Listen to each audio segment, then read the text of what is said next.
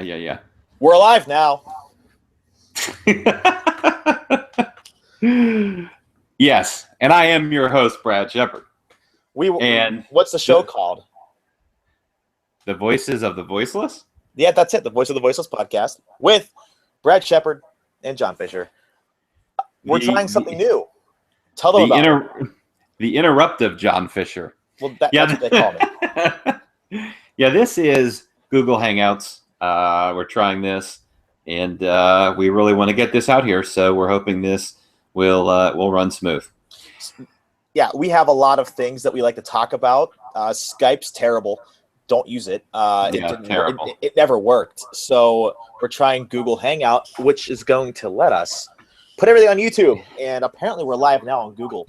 So thank you to the monopoly that is the internet browsing system. So yeah, we've had more technical difficulties than a Triple Mania show.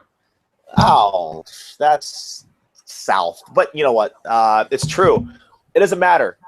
You're right. Yeah. That's right. Welcome everybody to the Voice of the Voiceless podcast, the very first episode where a lot of things in the background and chair creaks are going to be the main focus of the show. But besides that, we have wrestling to talk about, and most recently, well, Monday, there was stuff yesterday, but most recently, before Tough Enough, was Monday Night Raw, and we're only going to be 40 minutes today because we're testing you and to see if you guys can listen for that long. Without further ado, talk about how Raw was actually okay. Better than okay. Yeah, it actually was okay. It emanated from Everett, Washington, although they must have some sort of an unwritten rule where they're not allowed to say that, because they certainly did not say that. They're from Seattle. They said Seattle, but they weren't from Seattle. Yeah, and even Daniel Bryan, which we'll talk about later in the segment, referred to it as the state of Washington. So yeah, I guess Everett is too small to mention. It's kind of like whenever they come to Pennsylvania, and sort of near the center of it's Penn State, and everyone knows who Penn State is, and they are at State College. They don't say State College, they say Penn State. So it's all the notoriety game for them. Yeah, definitely.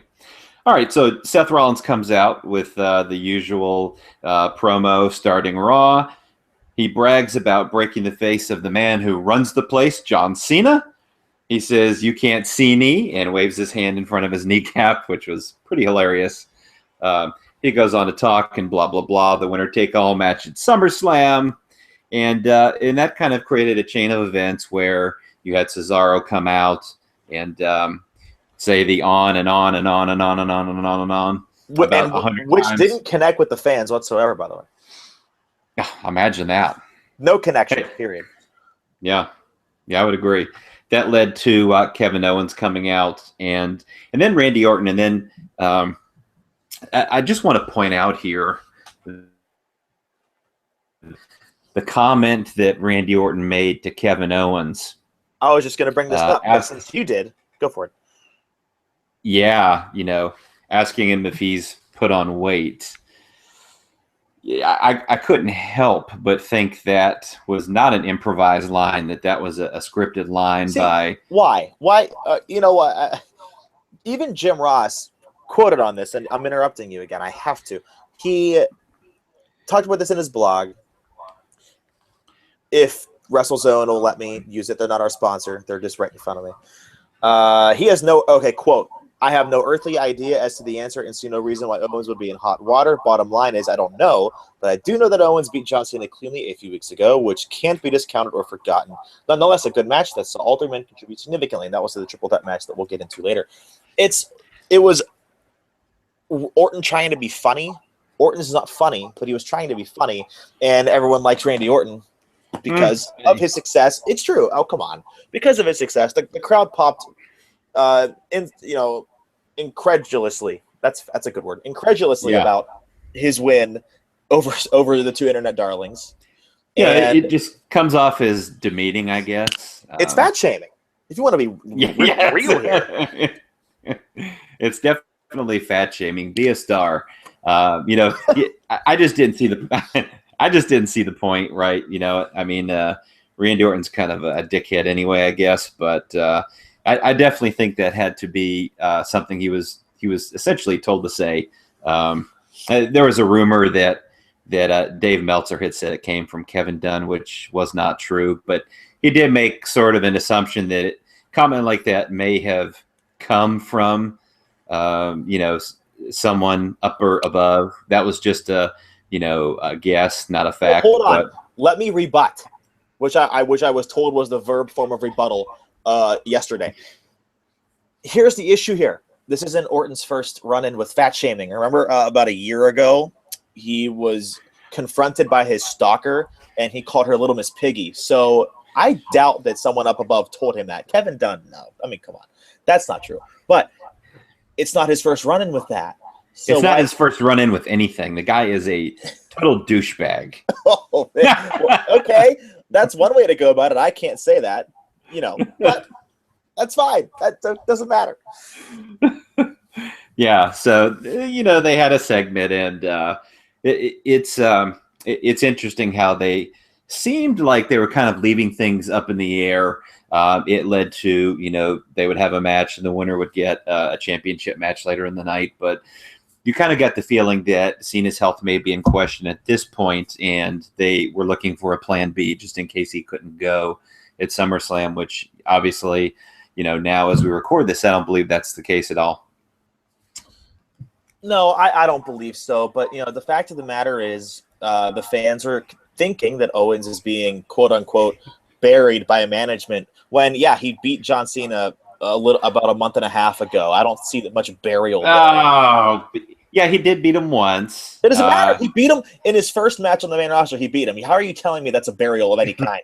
Even people that were buried, like Umaga, rest in peace, by the way, or the Great Khali in his World Heavyweight Championship run, where they didn't get a match that huge in their first run. Not even Rusev did, and he held the championship for I think almost a year. Yeah, and how did they follow that big win up? He's facing Cesaro, in which those two are just going to propel each other to the moon. And I have to give credit to Bleacher Report today. Cesaro is the next Daniel Bryan. Kevin Owens doesn't need to be the next Daniel Bryan. He can just be Kevin Owens. Triple H will not let Owens fail. There is just no possibility of that even happening. Yeah. They followed it up by, in case you were keeping score at home, 2 straight losses to John Cena, a loss to Finn Balor. But in great matches, match of the year candidates, both of them. Yeah, but eventually losing every single televised or network pay-per-view or special ever since the one win, it kind of does. You lose the steam that you had somewhat from the big win, and so when you win a championship for over a year back in 2013. Yeah, when you get a big win like that, you have to follow it up, or you start to lose that momentum. And I think that's just my point. Is if you're going to go that far and give him the win, then you need a plan after that to continue his momentum. And I don't really felt like they did that as well as they could have. Either way, all right, I'm promoting our show on social media, so you come up with the next topic, please, or the next segment that's worth talking about. Yeah, it's kind of appropriate. Team Bad versus Team Bella. Go on. Bad, yeah. So no, it really wasn't. I mean, it was good for what it was. I thought, in particular, on this, that there was some really good selling by Sasha Banks of the Daniel Bryan kicks that Brie uses because she can't come up with her own moves. Fair enough. So yeah, I thought Sasha did a great job, and Brie came off really well with that. It was like I said, all right for what it was. And of course, Team Bella picked up the victory.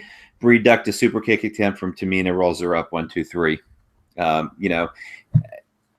The crowd was pretty hot for this.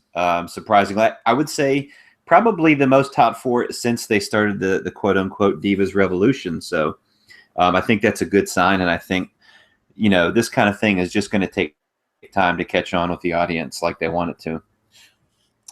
Here's my issue, and I can't take credit for this idea, but Mark Madden of WrestleZone.com said earlier in a column, or rather a tweet, that said that how are you going to put over 9 people at the same time? You're not. That's the point. It's WWE's even Steven booking style, right? And in a perfect example of that would be, So a you know, mediocre sitcom. Sorry. Oh, yeah, you have Naomi beat Charlotte, and then it's like, and then the next week it's Charlotte beats Naomi, and it's even Steven booking, and no one really gets over that way. Now, if you want to look at the whole thing, I would never have paired them into team of threes anyway. I think they would have been much better off coming in as individuals. I agree with you, but at Yeah. the same time, because that one segment's probably still one of the most talked about segments of the entire year. Yeah. So when Stephanie introduced them, Mother Hen herself introduced them. I thought it was a pretty cool moment to see them come up. They have done a great job on NXT, but I didn't like the way she introduced them either. It was kind of like Mother Hen at at recess with the kids. It just wasn't. I thought they could have done it a lot better, but it seemed like Stephanie definitely wanted to take credit, and she wants to be the face behind this Divas Revolution and make sure everyone knows that she's responsible for it. So good for you, Stephanie. I'll play devil's advocate again. Triple H is the head of the NXT Revolution, as it were. Is he not allowed to play that father figure to not just the women but the men too? The NXT clique, those 5 guys, and then you have the NXT women who he's very close with. So he's doing the same thing. He just didn't go on TV about it, but he's still doing it. But we can speculate that. I mean, we haven't necessarily seen that on TV, but we did see Stephanie on TV letting everyone know and essentially taking credit for the Divas Revolution. It was a good thing. I just didn't like the way they executed it. I thought it could have been better, but okay. Then let me ask you this: would you rather them not do anything at all and keep the divas and not make them impressive or amazing or worth watching? Yeah, I think they can do that, all of that, and be introduced as individuals rather than teams. And you talk about like team names and team bad, like that is bad. And hey, I won't even get into Submission Sorority. Yeah, Bang Bros or whatever it is. It's like you don't Google that, kids. And it's really not much better when they change the name to PCB, which sounds very similar to PCP, a drug. I just thought, the whole team name thing has been kind of pretty stupid. So I don't know why every faction needs to have team in front of it, team this or team that. And I don't know why they needed to be a team at all. They could have been individuals. How are you going to stand out when you've got multiple teams and each team is 3? That's the problem. Simply because at least one is going to get left out of the mold here, and unfortunately I think that's Becky Lynch, and it's a shame. And she's my favorite. I just think it's going to come down to whoever management likes more. Can we stop that? No. I don't know if we're going to have a choice. Yeah, I mean, Becky Lynch is pretty great. She was great on NXT, but when you look at how they are booking these matches with the Divas, she doesn't stand out. They're not really giving her the same sort of opportunities. It's not because she doesn't have the ability. She does stand out. When is she stood out? Becky Lynch? NXT. The match at NXT TakeOver over a month ago? I guess over 2 months ago now. No, you're right about that. I'm saying that on the main roster. Oh, she hasn't. Oh, okay. No, she hasn't. And you're right. Yeah. And it's a shame. Yeah, it's and that's what happens when you are brought in at the same time with other divas in teams, and that's unfortunate. Yeah, that again. The quote is, "How can you push 9 people at the same time? You can't." Yep. Moving on to the next wonderful segment of Raw. The New Day versus Los Matadores. And, there isn't much more things exciting on Raw than the entrance of the New Day. Amazing. Kofi and Big E have transcended time and space, and it's beautiful. It's absolutely beautiful. It's awesome. You have Kofi skipping down to the ring, clapping his hands. The whole thing is just over the top and fantastic. Absolutely love the New Day. And they took on the Los Matadores, who, by the way, are very good workers. They've been saddled with a really stupid gimmick. And we could talk a lot about that. It's kind of a stereotypical gimmick, even though they're Puerto Rican. But anyway, they've done really well lately. They've actually picked up some wins, and they have a lot of talent. So this was a pretty good match, I thought. The New Day won, which wasn't a total surprise. Again, it's that even Steven booking style where they go back and forth trading wins. No, okay, I was just going to bring it up. Do wins actually matter? When have wins actually mattered? Wins matter. Well, with the even Steven booking style, they really don't. It minimizes how important wins are, but they are important in the regard of if you start to lose too much, it hurts your momentum.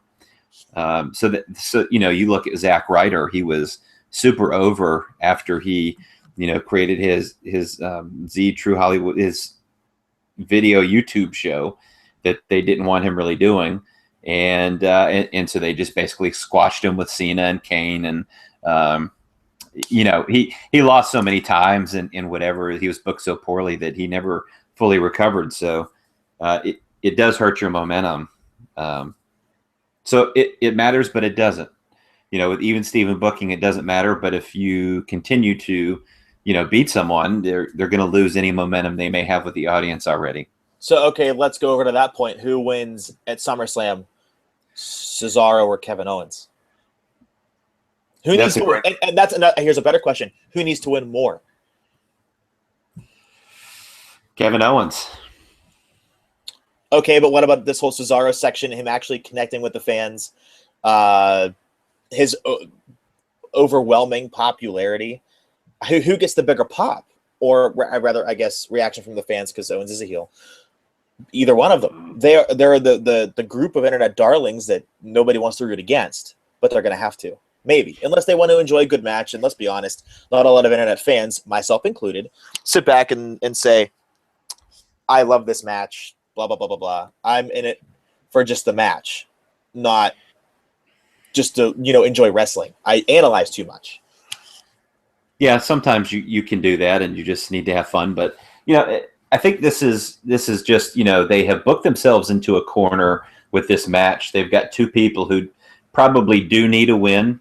I just think with Kevin Owens having only won once on TV since coming to the main roster, I think he is in need of a win more. You know what? I'm going to have to say Cesaro on this one because Cesaro needs this right now, but Kevin Owens can get over whenever he wants. I think that's the two differences between these two guys. Owens doesn't need as much help, but Cesaro needs momentum more than anything right now. All right, moving on. There was a backstage segment with Triple H and Seth Rollins. Hunter and Rollins talk about the fact that Seth will defend his title against the winner of the triple threat match on Raw. Triple H gets Rollins pumped up so much that by the time he leaves, he's convinced that because John Cena can do it every week, so can he, but only better. So they're kind of preparing for that challenge later in the evening. Then there's a number one contenders match for the person who will face Seth Rollins later in the night. Kevin Owens, Cesaro, and Randy Orton. The match was good, I thought. It's, I'm not the biggest fan of it. Randy Orton, I think, does some things well, being a veteran, but he also does some things that kind of drive me crazy. You could call him rest hold Randy. Well, Randy Borton's a popular one. Randy Borton is another popular one, yeah. He's got a formula, and he's got good timing in some of those things. Being a veteran that he does really well, he's kind of the same flavor that we've had, for a long time, and he just doesn't usually do too much for me. So, Anyway, so after a second RKO to Cesaro, there's a 1-2-3, and Orton wins the match to have the right to challenge Seth Rollins for the championship later in the evening. I thought that triple threat was awesome. At first I didn't like the ending. I thought, well, not the ending per se, because the 2 RKOs in a row was pretty fantastic. I didn't see the point of having Orton win. After reading the reports on the Inquisitor.com and SuicideDive.com about how they needed a backup plan in case Cena was hurt, because that nose was hurt. And you saw how broken it was. Rollins reminded you last weekend, the week after that, and the week after that. You need a backup plan. And Orton going in there, getting into that little mix-up with Sheamus at the end of the match, which, by the way, that match was great, too. I can't take anything away from Orton or Rollins. You needed something to, give the fans an alternative. But then again, we saw Tough Enough Cena's going to wrestle, so, moot point. I have no complaints. Sit back as a wrestling fan, everybody who's listening. We have 2 viewers, by the way, so congratulations to them. They're pretty fantastic. But anyway, thanks for your support. Yeah, we're trying this new live podcast, and it's going to be fun. So anyway, I digress. Fans need to sit back and listen, to what the WWE is giving them, and that's entertainment. Yeah, and that's kind of boring entertainment at times, but yeah. But you know what? It's still it's World Wrestling Entertainment. There is wrestling, and if people say there aren't, they're liars. There's wrestling on these shows. No, the only one saying that is Vince McMahon. They're giving guys like Cesaro and Orton and I shouldn't say Orton if we're talking to the internet community here, and you and I are both in that. You're giving Cesaro and Owens 15 to 18 minutes on Raw. How let's go back to 2009, 2010 when SmackDown was the wrestling show, Raw was the angle-heavy show. There wasn't a lot of wrestling on Raw, and if there was, it was a big 6-man tag team main event that Teddy Long put together, and it didn't make any sense. And this was an angle at the end. Now you're getting great wrestling matches. That's what people want. That's what the demographic now is wanting. Yeah, the main demographic, the children, want Cena to go over all the time. They want their superhero to win and prevail. They want Neville to be this fantastic performer, this comic book character, which is why they're bringing in Stephen Amell from Arrow. They're doing these things, and wrestling fans are nitpicking, analyzing. Maybe it's a good thing they're nitpicking, because if it was just so bad, they wouldn't watch. People are going to watch regardless. I think that's what's so great about the WWE. And I know I'm not a spokesperson for them. I'm being very sincere. They're getting you to watch every week, right? Even if you hate it, if you love it. They're getting you to watch, and every segment on Raw had a point, no matter what. Yeah, this show was definitely a build-up show for SummerSlam, so I will give them that. It was all, very focused on the matches and storylines heading into SummerSlam. So that was a good thing. So then we had Dean Ambrose and Roman Reigns in a backstage segment. Dean Ambrose cut a promo about not having any friends growing up, but he has a friend now, and that would be Roman Reigns, Vince McMahon's Fabio. The two talk about how, as real friends, they would do anything for each other, and Luke Harper would do the same for Bray Wyatt. Head back to a commercial where we have Luke Harper and Dean Ambrose. And before I get into the match, I just want to comment on this cringeworthy sort of buddy-buddy stuff they're doing with Roman Reigns and Dean Ambrose. I'm not really a fan. I like this. Tell me why I'm wrong, John Fisher. I always do that. No, what they're doing is they're getting Roman over. They're like CM Punk, something making Roman Reigns look really, really strong.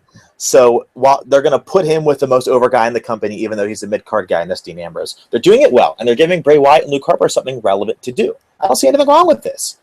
Well, yeah, you're clearly not Dean Ambrose then. They're doing it at his expense. He's staying in the mid-card. He got beat. Luke Harper beat him clean, and he's lost a lot in the mid-card.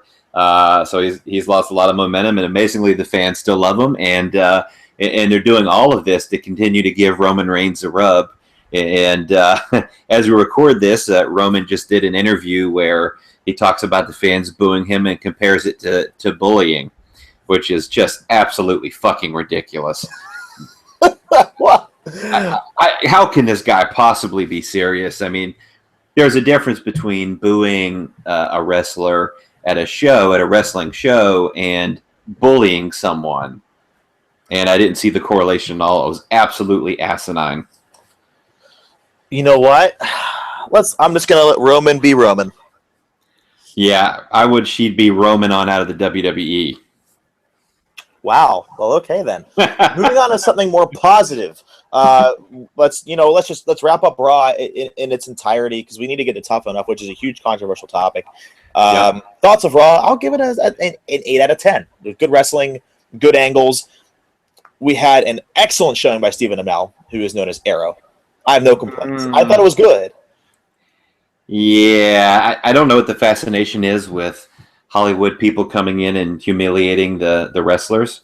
I don't think it really pops the ratings or whatever. So I'm not really sure the You're point. just a hater. You're an Arrow hater. Watch the show and you'll understand. I don't want to watch the show. Maybe that's the problem. But yeah, I mean, I think there's a deep-rooted fascination with Hollywood in the upper echelon of WWE, and so they love this kind of stuff. They eat it up, and I think the fans like me who've been watching for a long time really don't give a shit about this. And yeah. Well, you know what? Your boss, Joe Burgett's going to be very upset that you said something like that. By the way, I have to throw this out there. I wrote a report earlier on the Wrestling News Hub Facebook page about Sting not being involved. The reason is there's no need for Sting there. Even though it's 4 hours, they're going to give these high-profile matches at least 20 minutes. So there's arguably 4 to 5 top-tier matches on the card. That's 20 minutes apiece. You can do the math. Yeah. Plus, we have enough guys 50 plus in the card. Yeah. Okay, you got me there. All right, but yeah, that's why Sting isn't there. He might be there for, Night of Champions, October, November. Get some not pay-per-view buys. Wow, I sound old. WWE Network buys, and it'll work. I think it'll work just fine. Sting's not needed. It's as simple as that. He doesn't need to be there all the time, or he's not a special attraction anymore. What if Lesnar was at Raw every single week? Would he be special? No, he'd be a regular main event guy, scary, a beast. He'd just be a regular wrestler, just like the rest of them. Yeah, definitely. I agree. So Raw, lots of other stuff, blah, blah, blah, blah, blah, main event, blah, blah, blah. Yeah. We've got the setup coming. So Seth Rollins will face John Cena at SummerSlam. Yes, in which he announced it at what program last night? You got to say it with vigor. WWE. Tough enough, and you do have to be tough enough to sit through this show every week. Are you talking about our very first show or their? I think it's like week 8, their 8th show. It probably could be both. You're probably right. I enjoy Tough Enough, and we're going to lose our only viewer for that. But it's interesting because there are these people, except for Patrick, who was my favorite, who don't have that wrestling background, and it gives an insight as to how you learn in the business. I think that's very fun to watch. Yeah, most of them are terrible. Yeah, most of them will never make it. Sure, they try hard, but at least you get to learn like how to take a bump, how to do a roll, do a headlock, create a match, write a promo, develop a character. I think that's all interesting to see. Maybe I'm just the way I'm looking. How to swim across a body of water. Yeah, it shows toughness. It shows toughness. Yeah. Very relevant to a wrestling ring. I'm talking the in-ring wrestling teaching that's going on. I love that. Yeah, I think Billy Gunn's actually been fantastic in that role. Imagine if Austin was still doing everything he was and having Billy Gunn there too. Well, Austin's too busy trying to get legends fired. I went there. It's still too soon, man. Fuck it. I mean, it's he's a sensitive guy. He clearly doesn't have a sense of humor, but he has no problem being on the cover of 2016, WWE 2K, which I already pre-ordered, by the way, for our video game listeners out there. Oh, you're such a mark. I like video games. I'm sorry. No. Yeah, I'm gonna get it too. But it's like, couldn't that have been maybe like a current star? Okay, they could have used John Cena, Randy Orton, Triple H, Vince McMahon. I can keep going. Yeah, Brock Lesnar. Yeah, but he doesn't want to do that. Why would he want to do that? Why? Why wouldn't he? He doesn't want to. Can you do a video game promo in the mountains of Minnesota? I doubt it. I don't know. Maybe. Either way, That's kind of like bumfuck Egypt, so I'm not really sure to be so honest. Do they have? you just offended our only viewer from Minnesota, so we're Well, we're only going downhill from here then. so we have Tough Enough, and this week Gigi got eliminated. I don't see a lot of potential. I love her heart, and I like her inspiration and her true like testament to really want to learn in this business. Because I like to look the good in people. I'm an optimist. Well, yeah, Miz liked to see the good in people too. That's why I saved that blonde chick the other week. Yeah, hey, I gotta say something. Amanda, her name's Amanda. Amanda shows a lot of, she can be that mean bitch character. She's good at it. People hate her. She is the Eva Marie of Tough Enough. Yeah. I don't know if that's a compliment or not, but yeah. All right, you're just being jaded. So honestly, what's your opinion of Tough Enough? I think it's getting better. It's getting more intense. They even developed matches and did them in front of an NXT wrestling audience last night. I thought it was pretty cool. I think the format sucks. I think it's been the worst season yet. I think it's a pretty terrible reality show. I've always watched Tough Enough. I continue to watch it. I think my point. There's my point. You're watching anyway. I'm covering it. And they don't, and WWE probably cares, but they don't care. You're watching regardless. And that just proves my point, that no matter how much we complain, we'll watch anyway.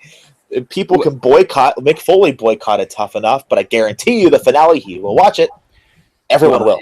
The ratings have been so bad that Vince McMahon has taken it on as a priority, and he actually has been showing up to the live show of Tough Enough. He's not there during the week, but he is there on the day of the live show itself.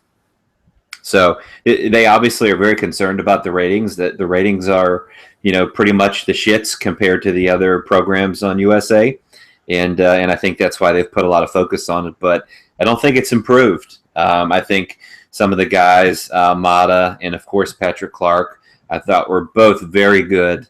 And both were eliminated, and you've got that fat slob ZZ, who's a total waste of space on that show. He's the Santino Marella of Tough Enough. He's not even Santino Marella. Santino Marella's in shape and does MMA. This guy's a joke. I mean,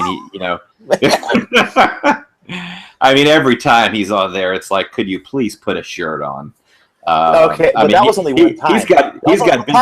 He's got bigger tits than most women. I don't know anybody that wants to see that, but he's just like lazy. He slept in during a workout, and the rumor was they wanted him out. So one week they portrayed him very negatively on the show, and he's popular with the voting fan base. I don't know why. Maybe they can relate to him, but I think he's pretty terrible, and I think Sarah Lee is too. I gotta say this. Anyone can follow me on Twitter at JohnFisherIQ, and you can go all the way back, probably like about 1,000 tweets before, and see that I predicted Sarah Lee and Tanner to win, and they're both still in it. So I'm feeling good. I can spot talent. Damn it. Yeah, that's why you're doing a podcast with me. I know. So okay, let's talk about those two. What do you think of Tanner? I think he has, I think he's trying to be Daniel Bryan, which is a bad thing. I hope that's not the case. But he can show that he can be taught. He's a great listener. His in-ring mannerisms are fantastic. Not his face, but his body language is very good.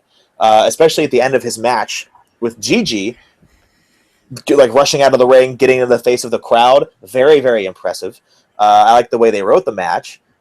I think Tanner has a future. I don't know if it's in this, company, but I guarantee some independent scenes are going to pick him up. Yeah, I guarantee he has a future too as a mime. I mean, the guy has the charisma of Shelton Benjamin, and yet he's one of the most successful independent wrestlers maybe ever, with Charlie Haas. So your argument is null and void. Shelton Benjamin is excellent. He's a phenomenal worker, great physique, unbelievable, but has the charisma of a doorknob. Actually, a doorknob may have more charisma than Shelton Benjamin in the ring, camera, on TV. And that's what we thought about Ryback, but look at him. Yeah, he still sucks. It doesn't matter. It doesn't matter if he's good if he broke CM Punk's pelvis or whatever. the crowd reactions he's getting are huge, and they aren't just from the main demographic, like the little kids who like think of him as like a hero. Everyone's cheering for him everywhere. Yeah. I'm just presenting facts. Yeah. Hey, Justin Bieber's music is popular too. Does that mean it's good? Hey, beauty is in the eyes of the beholder, whether that be wrestling or music. So I'm just going by facts here, and the fact of the matter is, Ryback's over. Cesaro is over. People said Cesaro had no charisma. What about now? Yeah, Vince said that. Vince said that he was missing something. And hey, Cesaro's always been good. He has lacked the charisma, but he's always been overall good. And I feel like he definitely belongs where he's at now. What about Christian? Christian didn't have that much charisma. He was Captain Charisma, but without Edge, Tanner has a future in this business. That's my point. Vince McMahon wanted to put a blue dot on Christian's face on TV because his face was weird. So yeah, he didn't have much of a chance. But yeah, Tanner has no charisma. He's obviously an MMA fighter, so he's a very good athlete and has the potential maybe to be a good worker, but just not a great personality. Nothing stands out about him on his his personality, his mic skills, any of that stuff. It just doesn't seem to come together. All right, well, you're wrong. So let's go to Sarah Lee. There's something just different about her. I don't know what it is. Her humbleness, her demeanor. I'm not sure. She's not the greatest in the ring, but then again, John Fisher with the understatement of the year, ladies and gentlemen. I have to say it. Nikki Bella wasn't a great wrestler. Even Kelly was not a great wrestler. Even Eva Marie, who couldn't even do a body slam. Eva Marie improved, and despite all the criticism she did, Nikki Bella improved, and when people hate it or not, she has. Kelly even improved. Okay, she had one great match in there somewhere. It might have been, I don't know. I'm not going to lie to everybody. You can improve, and she has improved from day one to here. Isn't that what Tough Enough's all about? Is like getting better, learning, right? Yeah, she still sucks, but maybe she's improved. What do people want from Tough Enough? The next star immediately? No. Whoever's going to win this will be in development for at least 3 years. So what's the point then? Yeah, I don't know. Of showing something huge now. Yeah, well, maybe the problem they're not getting that because they're picking people who aren't coming from a wrestling background, like you noted. Well, Patrick did. He was the only one. Yeah, and he's gone. He was voted out. Well. Yeah. I don't know. I'm trying to find the optimistic outlook on okay, so Josh, what do you think of Josh from Tough Enough? Hey, there is an optimistic outlook to all of this. Don't tell me that it's over soon. Yeah, that was it. Okay. Do you like Josh? He's bigger. I do. Why? I think he's going to win. Why? He's exactly what Vince McMahon is looking for. He's tall, he's big, he's good looking, and he's a former NFL player. It's everything that Vince McMahon has a wet dream about. Oh, wow. Okay. Are we live? yeah. We're still live. That hasn't changed. That hasn't changed at all. You know what? Since it's up to the fans, I say ZZ's going to win. I don't want him to, but this is all about the WWE Universe, and he gets the most votes every single week since he's been on the bottom 3 the most. Yeah, he's just so terrible. He was my original pick to win. I think that's only changed because, I think they've soured on him, and they have. There's been multiple reports of them trying to make him look like he's so bad, which he may be, on purpose to make the viewers not want to vote him through. Yeah, and Vince likes Josh. That's his guy, and Patrick Clark has actually said that as far as the in-ring drills go, that Josh was the number 2 guy as far as who's doing the best job on that. So behind Patrick, of course. Well, yeah, of course. and you spoke to Patrick about a few weeks ago, right? I actually spoke to his tag team partner. That's right. So talk. So what did he have to say about Patrick? Yeah, so I spoke to Leo Rush, who, they've got a tag team together in Maryland Championship Wrestling, and he really talked about having very much like a brother relationship with Patrick, what a great guy he was, and They just are really close. They're outside of the ring. They hang out together, that kind of stuff. So it was really cool to hear. Patrick was the first person to go through the new Maryland Championship Wrestling training facility with Leo, and so I think that was really cool to see that this is something that he has wanted to do, and Patrick is only 19, so he's very young, and he's got a lot of potential, and he's got a very cool finishing move. Does he? What is it? It's called the Patrick Clark, of course. Original. Yeah, very original. And it is essentially kind of like Bray Wyatt's finisher, Sister Abigail, except it's a DDT. He gets you into that same position that Bray Wyatt would. He hooks his arm around like a DDT, and then he proceeds to DDT the shit out of you in the same sort of motion. So it's a really cool thing. If you haven't seen it, you don't know I'm talking about it, you can YouTube it, and it's really cool. So our 8 o'clock time limit has hit. So I will have to say before we go, NXT starting right now. What do you expect from the event before we head off here? Bayley and Becky Lynch will steal the show because they're both amazing. Yeah, I think they're both great, and I think they're building to Kevin Owens losing again. He's going to lose to Finn Balor, I believe, in Brooklyn and at the Barclays Center, and right before SummerSlam, and that's not doing anybody any favors. So you need to open your horizons a little bit. But either way, Mr. Brad, next week, can we, while we're live here, can we decide on a time? I mean, why not? Who cares? Why not every Wednesday from 7 to 8 o'clock? Why not? That sounds like a great idea. So, everybody, if you weren't listening, I hope you were. Every Wednesday from 7 to 8 o'clock, you can listen to the Voice of the Voiceless podcast live. Google Hangout and YouTube. We might just switch over to YouTube because you can do those things now. Technology is a wonderful thing. Yeah, and the more you drink, the better we sound. I think that's what they said about... you know what? Never mind. I was going to say tough enough, but you know what? I like it. All right. Well, yeah, follow us on Twitter at Suicide Dive, at John Fisher IQ, and at the Brad Shepard, right? Yep, absolutely. Follow me. Send me your tweets and feedback. And if you don't like me, just don't say shit. No, just kidding. Well, we want to hear from you. Yeah, if you don't like it, tell us. If we need to fix something, tell us. We're not going to be one of those people that say we're the best of all time and screw you. No, that's right. That's stupid. We absolutely. We especially want to hear all your negative feedback about John Fisher, most importantly. Yeah. There's too much to go around. And always follow us on Facebook at Wrestling News Hub, all separate words, for the latest and greatest in professional wrestling today. Anything else, Brad, before we head off? That's it. Live long and prosper. All right. That's just great. Yeah, we'll see you guys next week at 7 o'clock right here on Google Plus and YouTube. Take care, everybody. Have a great night and enjoy NXT. Peace.